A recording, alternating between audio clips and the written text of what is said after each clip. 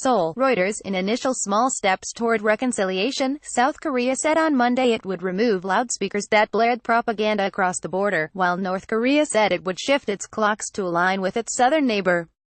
South Korean President Moon Jae-in shakes hands with North Korean leader Kim Jong-un as Kim leaves after a farewell ceremony at the truce village of Panmunjom inside the demilitarized zone separating the two Koreas, South Korea, April 27, 2018.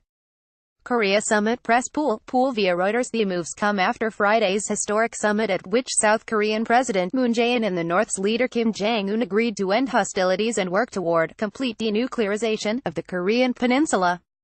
South Korea turned off the loudspeakers that broadcast a mixture of news, Korean pop songs and criticism of the North Korean regime as a goodwill gesture ahead of the summit. It will begin removing the speakers on Tuesday. We see this as the easiest first step to build military trust.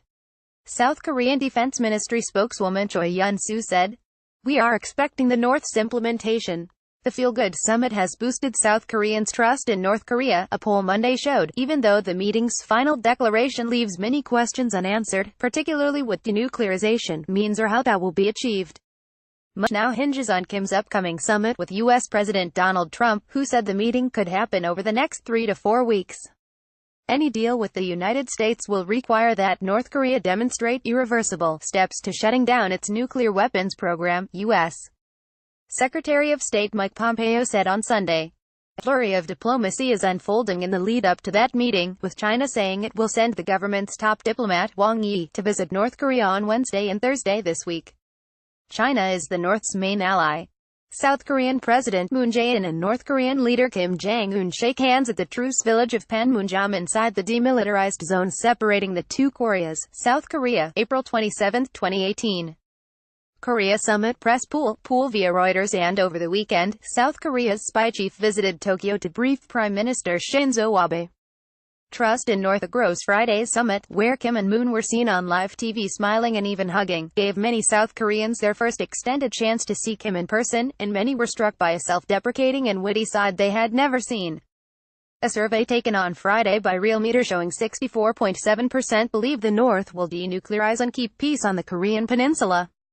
When asked if they trusted North Korea before the summit, only 14.7% said they did. Some 28.3% said they still do not trust Pyongyang. The results were released on Monday. President Moon, meanwhile, has seen his approval rating rise to 70%, its highest since mid-January, the research agency said. North Korean leader Kim Jong-un shakes hands with Soo-hoon, South Korea's chief of the National Intelligence Service (NIS), at the truce village of Panmunjom inside the demilitarized zone separating the two Koreas, South Korea, April 27, 2018. Korea Summit Press Pool via Reuters. Kim also told Moon during the summit he would soon invite experts and journalists from the United States and South Korea when the country dismantles its Punggye-ri nuclear testing site, the Blue House said on Sunday. North Korea has conducted all 6 of its nuclear tests at the site, a series of tunnels dug into the mountains in the northeastern part of the country. Some experts and researchers have speculated that the most recent, and by far largest blast in September had rendered the entire site unusable.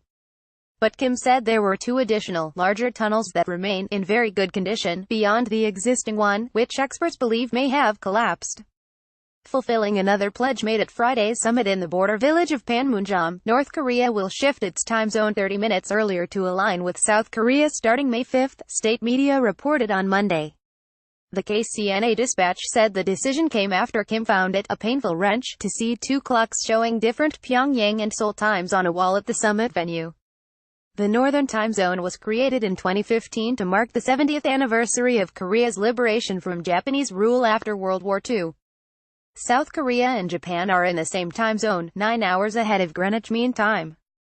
It is not an abstract meaning that the North and the South become one, but it is just a process in which the North and the South turn their different and separated things into the same and single ones. Kim said, according to the report.